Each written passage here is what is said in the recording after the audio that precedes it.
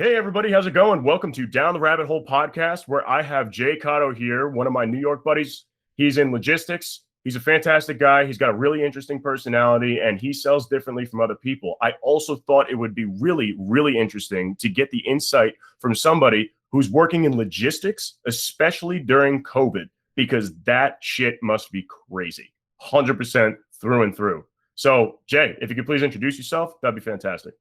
Thank you, Rob. I really appreciate you having me on this podcast. This is pretty cool, and just excited about the opportunity to share here and hopefully can provide value to people out there in sales and people that are looking to better themselves in the marketplace, especially during COVID. But my name is Jay Cotto. I reside in New York, and for living, I'm actually logistics transportation, work for JP Express Trucking. I'm actually a director of corporate sales. I've been in business now for 15 plus years in the industry, and loving every aspect of it.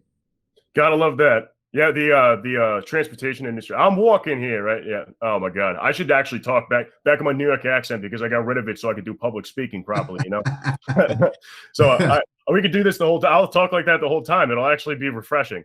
I'll bring it back, man. Yeah, I'll bring it back. Why not? So, Jay, tell me a little bit about what you're doing differently from other people. Why are your sales so much better than everybody else's? What are you doing differently, and how do you add value without adding the price tag to it so people will buy without even thinking about the price?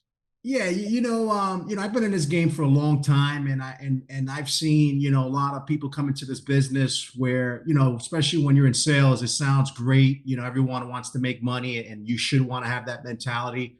But at the end of the day, man, you never want to sell on price.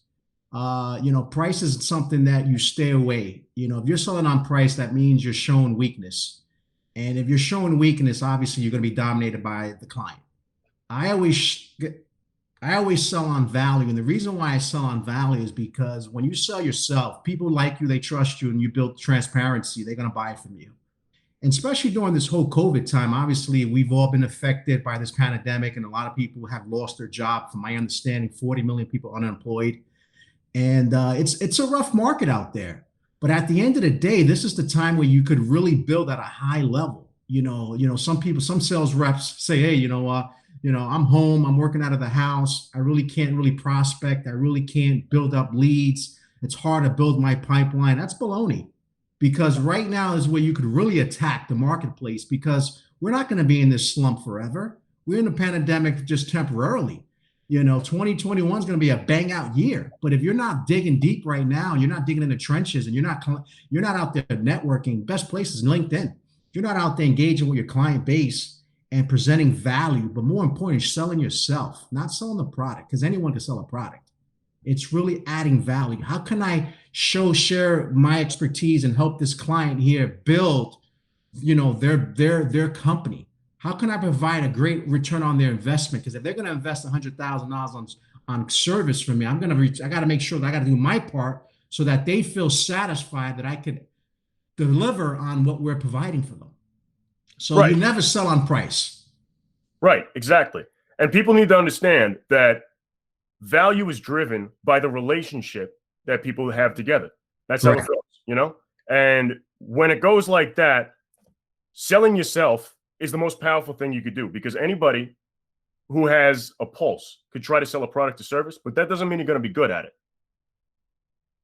Anybody who's ever tried selling a product or a service, I promise you, in the B2B market, probably failed. It didn't work out that well. Because guess what? Anybody could sell a product. Anybody could sell a service. What makes you different? What makes you different is the type of person who you are. Projecting that personality and actually having a real relationship built. People buy from people. I say this all the time. People buy from people that they trust, that they can relate to, and that they can resonate with. That's it. That's all they want. They want validation. They want to be told that everything's going to be okay. They want to get treated like a real human being. Because as soon as you start selling a product for a product's sake, that's when you start getting the issues where people feel like they're just another number. You're just reaching into the wallet and trying to take what they have. You're not trying to actually help them. That's right. And what are some of the processes that you do to try to help the people that you work with? What are some of the helping processes that add that value? What do you do differently? Yeah, what I do different is basically, I want to find a need. I want to find where there's some pain points. I'm going in really as a consultant, not as a sales rep, but someone that really cares. I empathize with the client, let them know, hey, you know what? I'm a person like you. I'm not here to take advantage of you. I'm going to put myself in your shoes because if you're going to invest a lot of money in me, I better be the right guy. And I got to earn your respect, number one. I got to earn your trust. So I'm going to be authentic with you straight from the start. So I'm not going to overpromise you anything that we can't deliver. There's a lot of salespeople that do that. Under promise, over deliver. That's right. Always.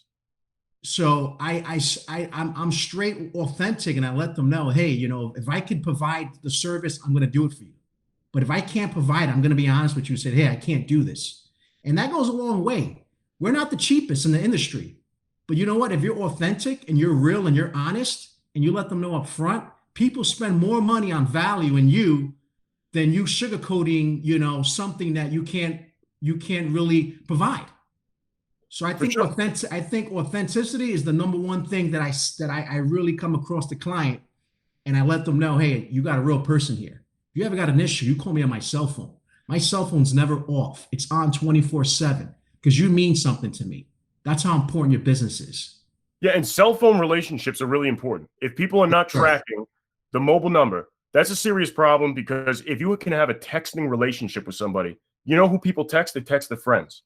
That's who they text. If you're texting a salesperson, that person now becomes a friend. You've built that relationship at a whole nother level that without that, if you're just emailing the work email address or you're just calling their office phone number, what are you going to get?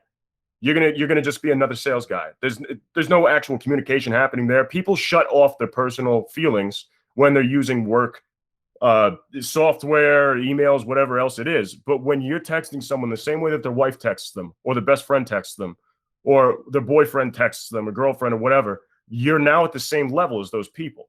So that sets you apart from everybody else. Right. That actually, I think, what I talk about all the time is that I don't like how sales is called a numbers game. It's not a numbers game. Everything, you can argue everything's made of numbers. Yeah, sure. Everything can turn into math because that's just how physics works, right? Yeah, for sure. Quantum physics, everything's made up of numbers and waves. But that's besides the point. Without that case in point, it's not a numbers game because it's a relationships game, as you're saying. You need to be genuine, authentic. And if you're not doing that, you're treating them like they're a number. Why is it a numbers game? And why do all the sales leaders out there, many of them that are doing it the old style way, saying that sales is a numbers game, and that's why people are so pissed off at sales?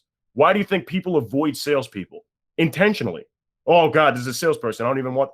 Google doesn't allow their salespeople to even be called salespeople. It's against their policy. They can't even mention the word. And what does that mean to you?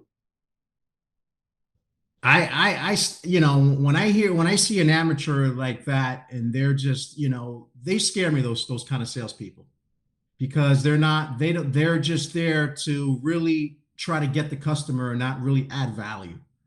And a lot of times those people don't succeed in sales, and then they put a bad name on sales because they didn't do it the right way. Sales is an inside job. You gotta like to talk to people. You gotta like to connect with people.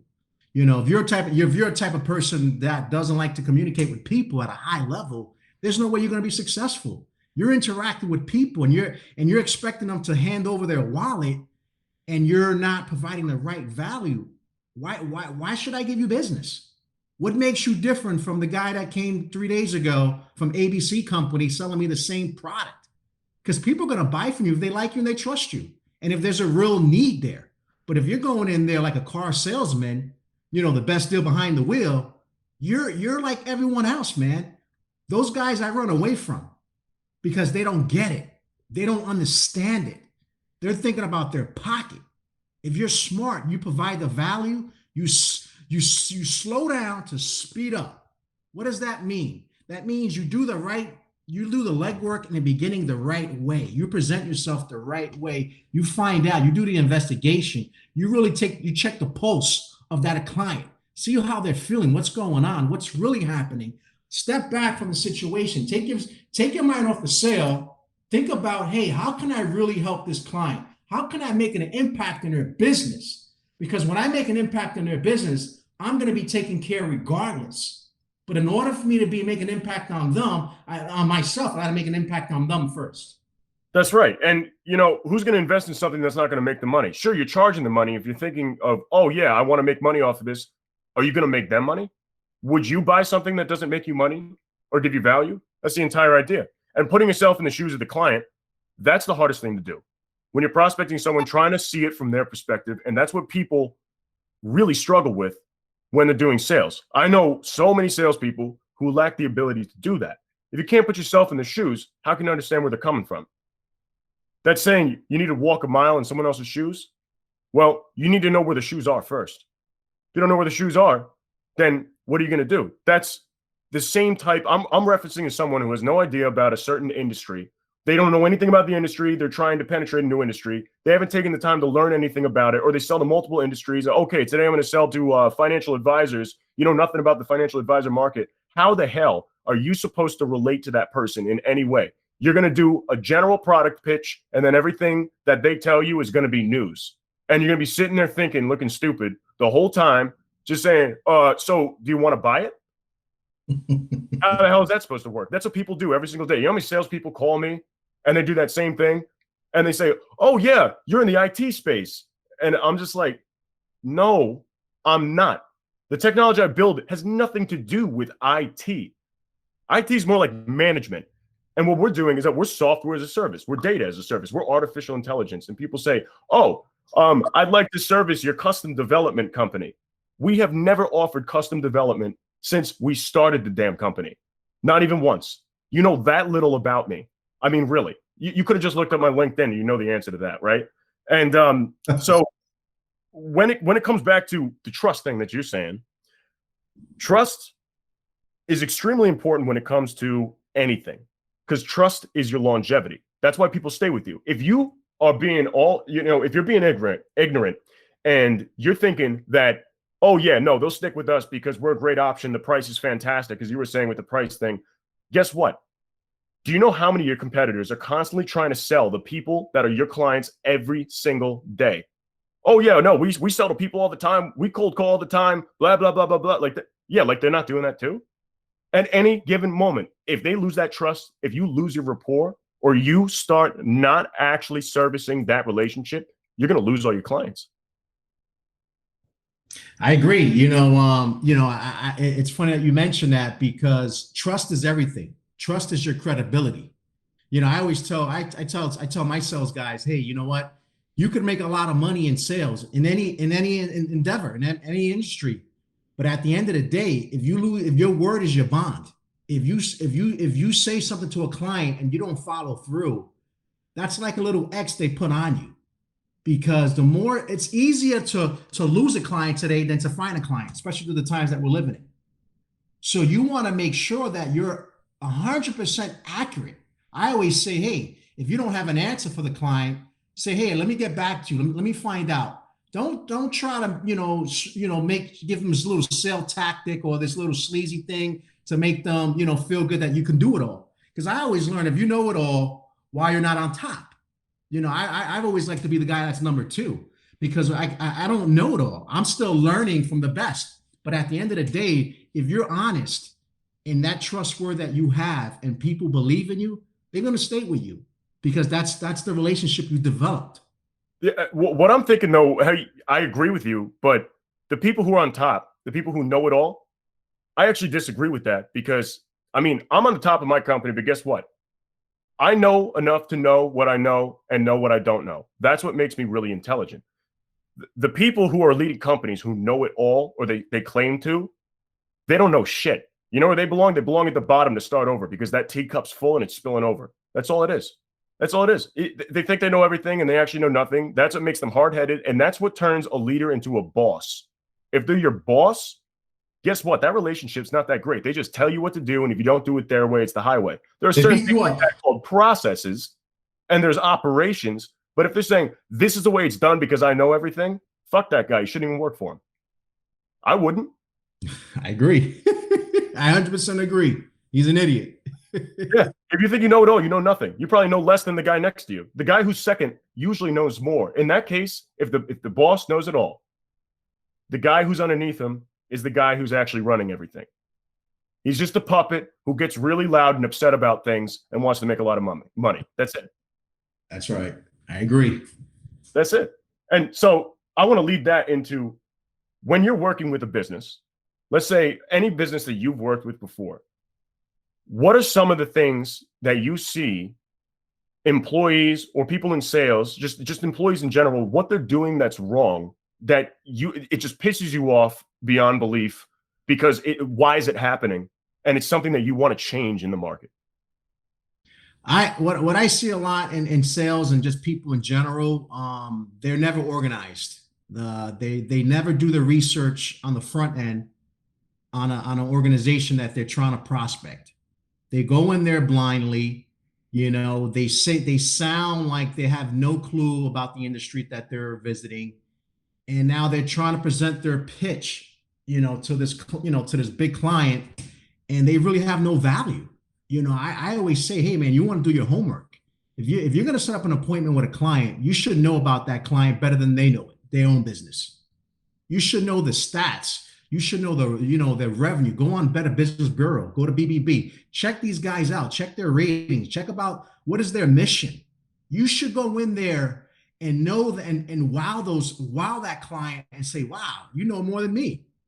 Because if you're not prepared for that meeting, you're just winging it. And you're now exposing yourself as a lousy sales rep. They're going to tell you, yeah, we're going to call you back. They never call you back because you did it wrong. You got to separate yourself from all the other salespeople that come with these sleazy little lines. They never do the real research. They really never have, exactly how to provide the value that they want to, because they're trying to go in there to fill up their pocket, but not understand the business that they're visiting. Right. So research is something that I see a lot of guys, they don't really dig in deep. They just kind of I'm going to walk in here, I'm going to cold call, and I'm going to just sit down and talk to the CEO of the company, and he's going to sign off on this deal for me. That never happened. Right. I feel the same way about it. That's what we were talking before. People call me and then they have nothing to say about they don't even know where I work. You have just wasted my time, and then I never want to speak to you again. Right. Total waste of my time. At least know something about me. Right. So anything. Right. Anything at all. That I'm a New York Yankees fan. That's at least something you can relate to. That's it. Like if that's all you knew and you knew nothing about my business and you had something pretty cool, maybe I'd listen to you because you'd be asking me about that. And of course, I'm very interested in that. And like what my company does, all we do is stare at broken down sales data all day, every day. We enrich it, we enhance it, and then we do predictions and stuff like that with sales. So I look at broken down sales data all day, every day, so I can see the little nuances and stuff like that, which is really interesting. The biggest problem in the market is that 95% of businesses do not actually track or log their data properly at all. I've seen businesses' data. It's absolutely unbelievable. There's no sales activities tracking. There's no email tracking. There's no communication tracking whatsoever. There's not even a single pipeline. There's no separate pipelines, a single pipeline at that. All I do, oh yeah, I just marked them as a customer when we sold them. So, oh, okay.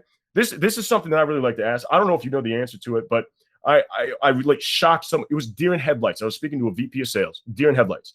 I asked him this. He said, I don't need help with my sales data. I know what I'm doing, blah, blah, blah, hot-headed thing. I was like, yeah, sure. You're seeing the short term and you don't know what the bigger picture looks like, but whatever. That was besides the point. I asked him this, froze up for it was like 10 seconds of silence.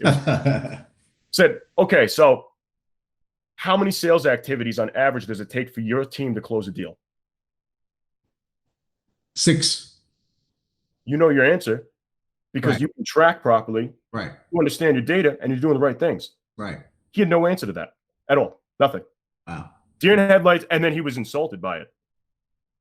He's insulted because he wasn't doing his job. Called him out. I didn't even call him out. I just asked him a question. Yeah. That's it.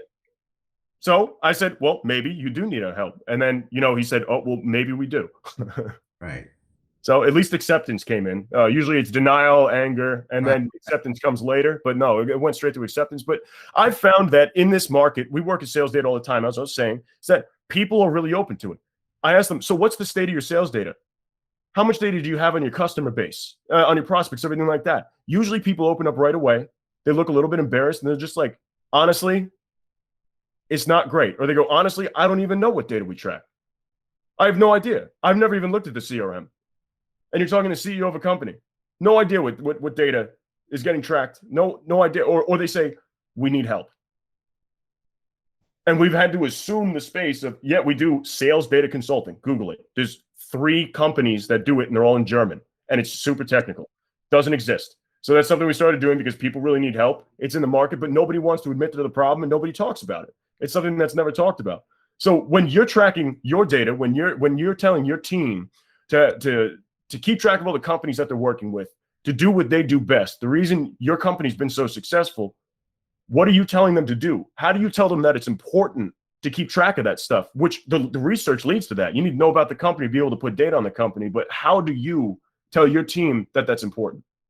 Well, if you don't have any information, then you basically have no business. So, obviously, I tell my guys, hey, you're in sales. You don't work for me. You work for me, but at the end of the day, it's your territory is your own business. So if you don't have any data in there, if you don't have any information that we can track, if I can't provide value, if I can't help you on that call, and if I don't see it in the Salesforce, I make sure my guys update their Salesforce every day. So before the end of the night, before they go home, they update their Salesforce, what they're working on their pipeline, what's coming up, what's their 30-day look like, what's their 60-day forecast looks like, what are some areas that they need help in. So everything is tracked, even especially now that it's COVID and all my guys are working from home. I don't like to micromanage my people because they're businessmen. I didn't get into the business to micromanage. If you're in the business because you want to run your own company, this is the name of the game. If I got to micromanage you, then I probably don't need you. So if you're not going to put the information that I'm looking for, there's going to be, repercussions. So at the end of the day, I'm expecting information every night so that I can help you grow your business and make sure that you're efficient when you're out there and you know exactly what's going on, how we could move forward in the next step in the process of whatever opportunity you're working with. That's right. And it really is kind of their business because guess what? Salespeople work for commission. Good. So if you're not doing sales, you're not making money. It's that simple. Your own franchise. I tell them that. That's it. That's it. I couldn't agree more with that. And yeah, there should be repercussions because they're screwing over the company, not just themselves. You know who suffers? The whole company does. It's like, oh yeah, no, I'm not making commission. No, I'm lazy. I just want to make a salary, whatever. Yeah, no, if you're a trusted salesperson and they're paying you a salary and you're not bringing in any deals, first off, you're not making as much money. Second off, you're screwing the company, and that's affecting the product team. It's affecting the services team. It's affecting operations. It's literally lighting the roof on fire for accounting.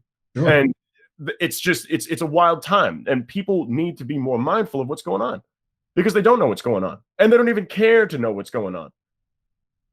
What would you say to those leaders out there in sales to actually enable them to do this? What to tell their employees to get them to actually start following processes like this? Well, I always say, hey, man, if you got into this business, obviously, sales is not for everyone. Everyone likes the word sales because you're kind of on your own. You're kind of doing your own thing. But at the end of the day, you're still micromanage what numbers you bring in that month. Because if you're not putting numbers on the board, then what the hell are you doing? Obviously, most people want to get a sales job because they got a cushy base. But how long can you live on that cushy base? And how long is that company going to continue paying you, XYZ dollars if you're not bringing in what you said you were going to bring in? So I'm pretty straightforward, my guys. I say, hey, I'm not going to micromanage you guys at all, but I'm expecting you guys to hit your numbers. And if you're not hitting your numbers, you probably don't have a great game plan on what you're doing. Maybe we need to revisit that. Maybe we need to see how you're planning out your day, how many calls you're planning, how many emails you're sending out to prospects, how many dials you're making. Maybe we have to relook at that, or maybe we have to see, hey, all right, let's block out some time where you can prospect for 2-3 hours a day. So I'm pretty hard on that because at the end of the day, I have to report up to my boss, and they want to know, hey, what's going on with so and so. So if so-and-so is not doing their job at 100%, I got to come down and say, hey, what's going on? How can I help you? And if that person doesn't want to respond, obviously we have an issue there to work with. Yeah, they don't want to work then. Right. And it's dangerous to have people around that don't want to work. And a lot of these companies that are offering fat sales salaries, where they're offering, 6 figures for a salesperson, that's absolutely absurd. It's ridiculous. Yeah. Why are you paying them that much money? They're making commission. It means they can't sell. If a Exactly. salesperson applies to my company and they're expecting 6 figures, I literally laugh at them. I'm like, oh, so you have no idea how to sell. You feel like you need to be compensated that much because you can't make your own commission. We pay low base salary, very high commission. That's when we get the people who really know what they're doing because they see the commission, they see the potential there, and they know they could sell. If they know that they could sell, the salary shouldn't even be a thought in your head. The salary is irrelevant. If you can really sell, that salary is going to be what? 5% of what you're making. That's right. It's irrelevant. It's not even, it doesn't mean anything. That money doesn't mean anything. So if you're good at selling, stop looking for a high paying job salary wise and look for the job that's going to pay you the most commission with the best numbers. That's right. What you should be looking for as a very seasoned salesperson. And a lot of people make this mistake. Oh yeah, no, the salary's not high enough, whatever, blah, blah, blah. If you can really sell a product and that product is doing well, or if it's a new innovative product, or if it's a new innovative service, or if it's somebody who's really trusted, who have accounts, then absolutely just go for it. And then there's other places too where they're doing fantastic, multi-billion-dollar company, but guess what? They already work with everybody and their mother. So when you become part of the sales team, you can't close shit because guess what? They already work with them. It's existing business. What are you supposed to do? Yeah. At the end of the day, you know, my thing is, hey, you know, a product is a product. Anyone can sell a product. You know, it's really the client's going to buy you. You know, making money in sales. You know, everyone could do it, but not everyone does it. Like you mentioned, at the end of the day, you got to get out there. You got to step out of your comfort zone. Most people want the cushy base because they want to relax. They want to just kind of chill out, hide out. You know, they do the minimums to not be noticed. You know, I call them, they stay under the radar. You know, they want to stay on the radar. So they just give a little bit. They plug in all the numbers in Salesforce. They give you what you want. They give you what you want to hear. But at the end of the day, you don't see any real numbers. You don't see any real growth because at the end of the day, sales is 20/80. There's a 20/80 rule out there. I don't know if you've ever heard of the 20/80 rule, but oh, yeah. you know, 80% of the staff are not doing anything. The real go-getters are the 20% of the people that run the company. They're the ones that bring in the real revenue. Those are the guys that are moving and shaking out there. Those are the guys you don't even have to worry about what they're doing because they're cranking it. You know, I got some guys that are out there cranking. I don't care if they're out playing golf. I don't care if they're sleeping because they're always over 100% over quota and they're making money. They don't need to be managed because they have a family at home and they know how important it is to make money. They're not depending on a base. They're depending on how much they can make. And at the end of the day, that's up to you.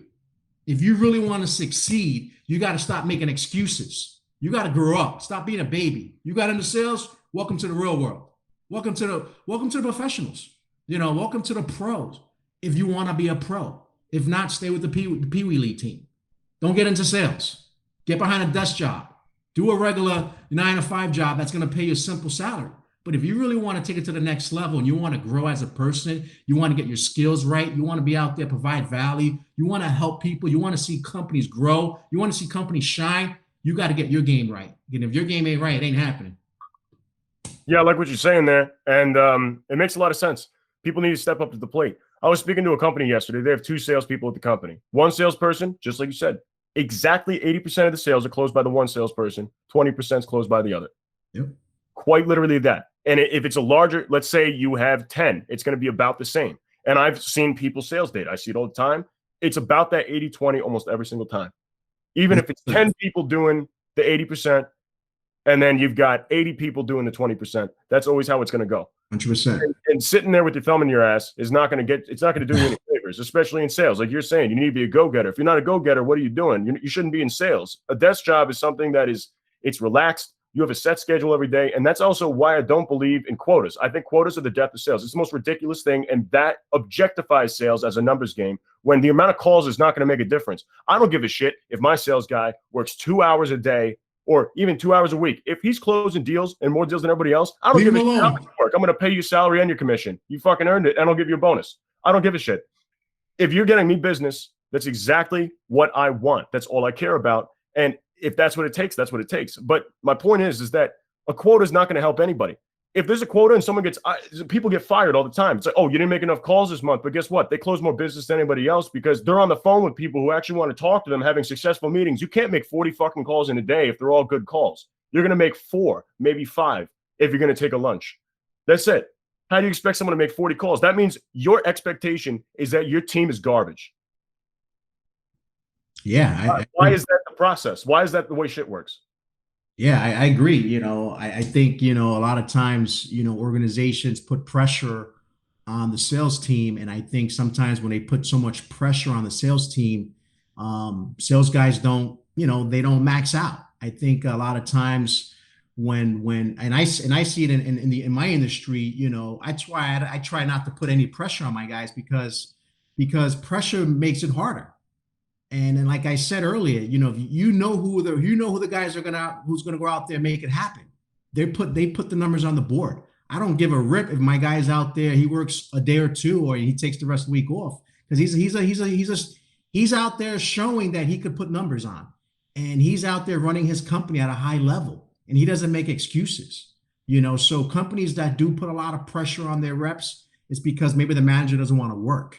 Maybe he wants to hang out, and maybe he's expecting to beat up his reps because I see it happen all the time. He wants to take the whip and beat them because he doesn't want to go out there and help them. How do you expect to see a team grow if you're not in there helping them and showing them the steps? I love the point you made right there because it ties into the factor of do not make your top sales performer the fucking sales manager ever for any reason. All they do is they work for themselves. They compete to be the best teammate when they should be competing to create the best team. That's one of the biggest problems in the market right now in sales is poisonous. If you make the top performer the manager, all he's going to do is close deals himself and say fuck it to everybody else because it's going to affect his commission. You need to make the person who's the most organized and the person who's the biggest team player the sales manager, because if your manager is a top performer, all they do is perform. They don't manage.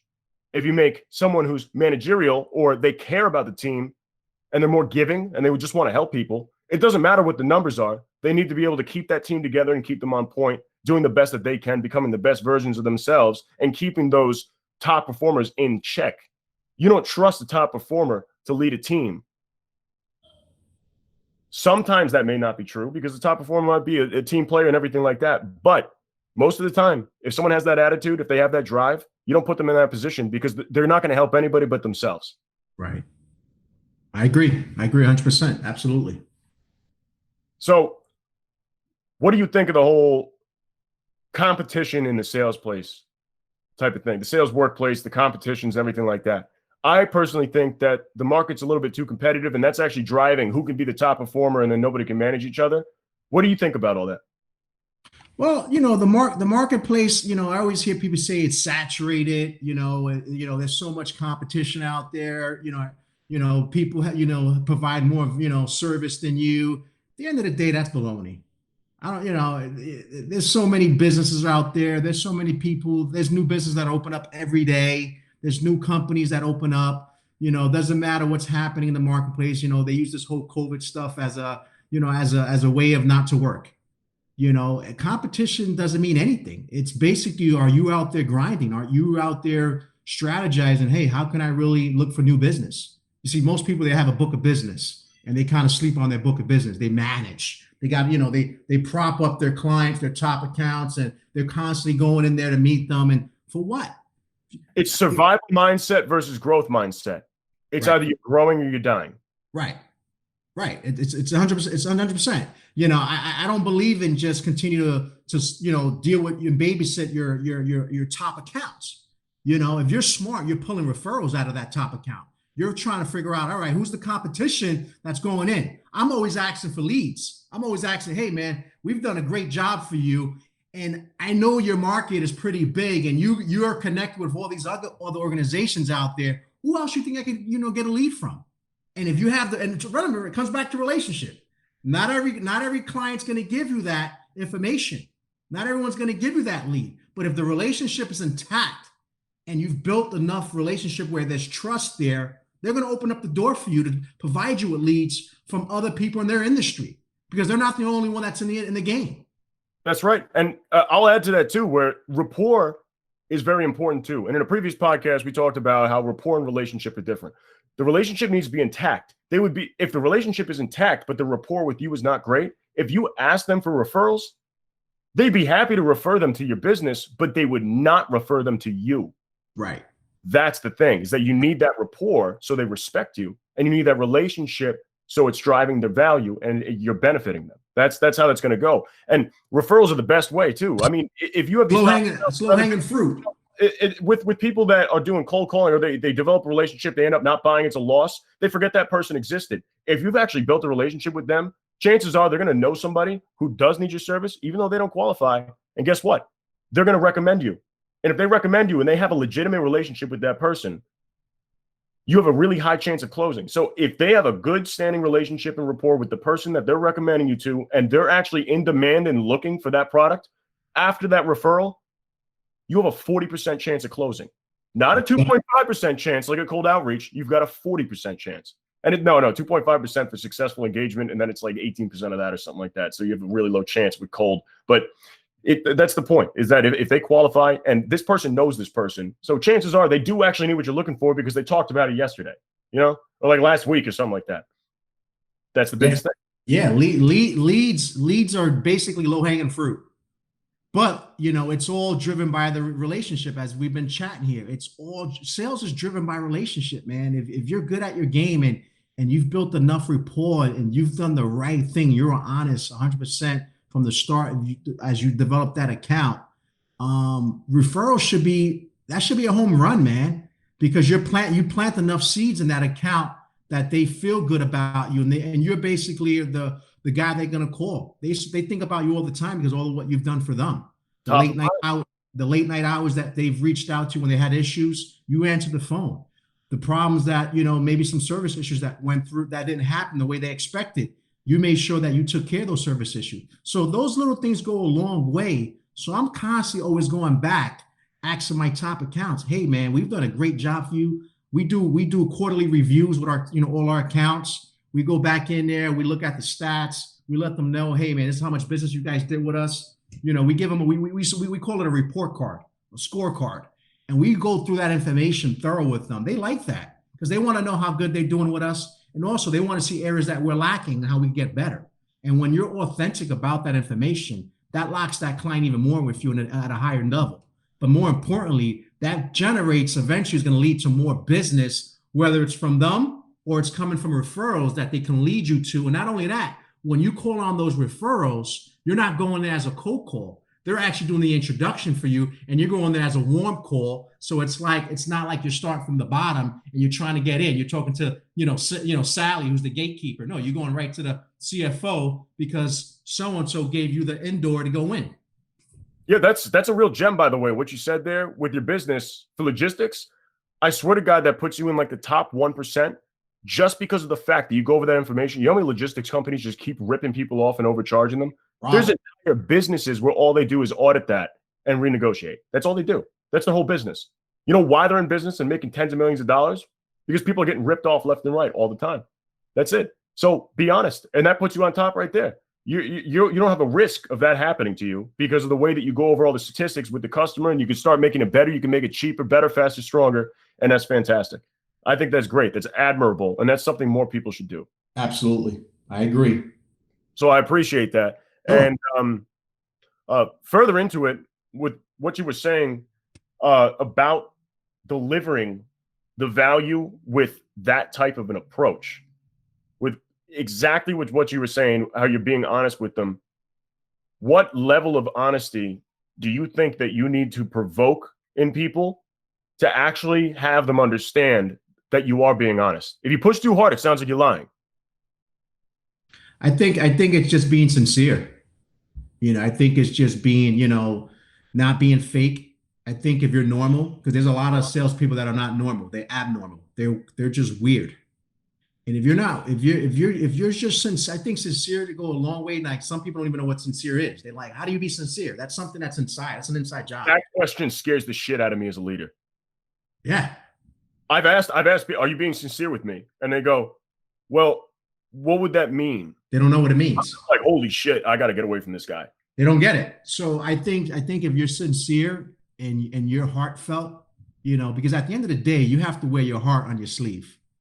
If you're just kind of there just trying to get the, ring the bell because you got the sale, man, they could smell it. It's like a dog. Whenever you see a dog and he looks at you, gives you that look, most dogs, they, if they like you, they kind of wag their tail. They come and they want to lick you. But people can sense when you're a fake. They can sense by just how you talk, how you carry yourself, and if you're just honest, man, from the start, and just being sincere at a high level and understanding that you're there to help this client. You're not there to help you. You're there to help them, because helping them eventually helps you. You see, that's why I always say you want to slow down to speed up. See, most sales reps want to go in there and clock the client over the head and, sell them with this, stuff that a lot of times they don't even need. I told them in 11 minutes when the meeting is supposed to take about 45. You probably didn't even get to the point yet. Well, so in some cases, yeah, they were sold because they saw the value right away. They know they needed it. And that means they were looking for something like that. But if that's not the case, where it needs to be an educational, more consultative process, that's not what you want. That means that they're going in blind. And that's going to cause a nightmare for your customer success team, which is ultimately going to cost them hours, which costs the company money, which creates a headache for the services team because they need to try to improve services that are literally services that they should not be meeting the expectation for because it's the wrong demographic of person that you're selling to. And it's all because you screwed up the sale and sold to the wrong person without giving them all the information. So if you think a sale is good for being a sale, guess what? That customer that's paying you $100,000 a year is actually costing you $250,000. Exactly. Except people, they see the short term and they see what's in front of them. It's just line directly at this affects my salary. This affects my commission. I need to make more sales because this is what I do and it's going to make me money and everything like that. Guess what? If the company suffers where you're at and you're closing sales like that, guess who's going to be the first one out? You are. You. Son of a bitch. It's going to be you. It's going to come back around. And that's the way it's going to go. Or guess what? There's going to be salary cuts. Oh, there's going to be layoffs. Oh, that guy that's in the services team, guess what? He just lost his job and can't feed his kid and wife because you're an asshole. Right. I'm old school. I say, hey, you do unto others that you want to be done to you.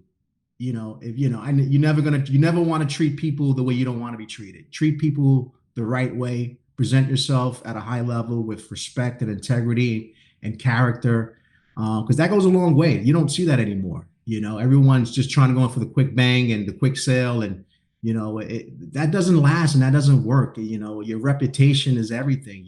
So I believe your word is your bond, and if you wear your heart on your sleeve, man, you're going to be successful at a high level, and people want to be around you more and more than ever. Your name's going to go around because sometimes sales reps don't think that the other companies don't know who you are. It's a small world, man. We don't live in a big world. If you're calling on a certain segment, they all know each other. So if you screw that one customer up, trust me, that person's going to go and tell all their friends, because they all meet up together. They all have drinks at the bar. They're all competitors, but they all know each other. And if you screw one, he's going to come back to bite you. So that's why you always lead with your best foot out, and you always do the right thing on the front end. Because if you lie, you can't remember all your lies. That's why I say be honest. Yeah, you can't keep up with it. And for example, the accounts that you're talking about, people remember you. They know who you are, everything like that. Things. I like using my dad for an example. So he's in parts and wholesale for automotive, right? That's what he sells. He's parts and wholesale manager. He works up in Brewster, New York. So just about an hour north of you. And so he's the guy that everybody goes to. Everybody goes to him. He has such good relationships. He's built such rapport that when he isn't in work, let's say he takes a vacation, nobody calls anymore. It's a fact. And that, he's the highest paid salesperson out of anybody in the entire state of New York who does what he does. The reason why is because he drives all the business. There are people down in the Bronx who have their parts delivered to them, and they've got they've got a Honda that they can order parts from over in Long Island. They can get it from right over there. Guess what? No, they don't. They get it from Brewster, which is upstate. And the reason why is because they're dealing with Jim. That's it. It's the guy. If he left that place, they'll follow him. Their sales would tank. And that's the thing. If they've said this to him too, they're like, Jim, if you ever move somewhere else, I'm buying all my parts from you. Screw them. It's not them that I'm doing business with. It's you that I'm doing business with. There you go. It's that same thing right there. That is just living proof. People buy from you, man. That's it. They don't buy from the company. That's right. They don't buy from the company. They buy from the person. And that's the thing. That's why it's all about relationships. That's why it's not numbers. The company only makes the numbers when the people are good. Your word is your bond. It's important that you're building these relationships, and it's important to have that rapport. If you're not doing all of that, and you're a salesperson out there, and you're wondering why you're not making any money, the answers are right here in front of you. This is why. if you're disingenuous, if you're just out there trying to rip people off, or if you think that building relationships is not for you or a joke, change what you do. Change your career. You weren't built for it. If you think you're going to be some big shot one day, if you don't make these changes, you're not going to get there. It's a fact. And with what you were saying too, with treat people like people want to be treated well. Tell the large enterprises to do that because they treat the peoples like shit. It's true. They treat them like shit. You're just another number. They treat you like they treat their clients, and you work for them. Oh, yeah, let's say if you make a little slip up or a mistake or something like that, they're going to fire you because you're just another number. And that's how salespeople are treated often, is that it's a commodity. It's a traded commodity. No, we don't have use for that one anymore. Let's just throw it out. It's like paper plates. I know that's a fucked up analogy, but guess what? That's what's happening. Salespeople to most companies are like paper plates. You use them up and then you throw them out. They're covered in grease. That's nasty. No, throw it out. Oh, this one has a tear in it. No, let's get a different one. It's the same thing. I know it's messed up, but what do you think, Jay? No, I call them the train. They come and go. They come and they go. It's a revolving door, and I agree 100% what you were saying. At the end of the day, there's a lot of organizations that just beat up their people, and they get the best out of them. And a lot of times, there's a lot of potential in some of these guys. They just sometimes just need a little help, or maybe they're afraid to approach their manager or certain things because they might get screamed at. And I just think sometimes there's people in positions that they shouldn't be in, and they just because they get a big head. But that is an issue with leadership, though, from the top down. If you're afraid to approach your boss, or you think you're going to lose your job, if you make a connection to something that is an issue or potentially hurting the company, and all they do is yell at you, and you're afraid of getting fired for that, you should probably stop working there. You should never be your boss. Your boss is a problem solver. You bring it up, you talk about it, and then you find a resolution. That's how it should be done. If you get yelled at when there's an issue, I would recommend quitting because I wouldn't want to be in that culture. It's a poisonous company culture if you can't approach the person who's supposed to help solve your problems and they just let that shit fester constantly. What are you doing working there? Yeah, that's an organization that's ready to come down, and that's a cancer there, unfortunately, and that's not a place where you want to be there. It's very intoxicated. The vibe is not right, and the morale has got to be in a dump. You want to be in a place where you're celebrated, not where you're tolerated. That's right. Oh, I love that. Go to a place where you're celebrated, not tolerated. That's it. If people have to tolerate you, that means they don't like you in the first place. Why are you there? Yeah, or if it's like I've worked for corporations where it's like a high school cliques. If you don't fit in with the group, or if you don't do or think the way that they do, that you're completely shunned. It's disgusting. Right. What are we, 14? The hell's going on here? I stopped working there because I was like, holy shit, what is this? This is a high school 2.0, Oh, yeah, no, I don't like watching football, so the account managers wouldn't talk to me. And I wasn't some weirdo art guy when I was in the design department working there as a graphic designer. Guess what? I didn't fit in with them because they were like, oh, no, this guy's too, like grounded. That's like how it was. And then nobody would talk to each other. The only people I got along with actually was the sales department because they didn't give a shit. And the way that it worked in the sales department, that was the only non-toxic part of the company, which is surprising because usually sales is the most toxic. Everybody respected each other. Everybody accepted each other for who they were and everything like that. It was so backwards. The whole company was all fucked up except for the sales. That's hilarious, but that's true though. Like salespeople are normally negative, especially when they're not closing business, and they want to tell you their problems. They want to dump on you and throw up on you and give you all the crazy stuff that they're experiencing. So I believe that 100%. For sure. So I've got an interesting question. What is the strangest or the craziest encounter you've ever had in your career? Strangest encounter. Interesting. Like if you think back, one person that you tried selling to or a customer that you used to work with where it was just like, what the hell is actually happening right now? We got to keep it PG. We got to keep it PG-13, I'm assuming here. Yeah, no, this is actually rated R. I'm not even kidding. It's explicit. So. Oh man, something crazy. Wow. Okay. Yeah. I'm just trying to think of, I've had some very interesting things happen.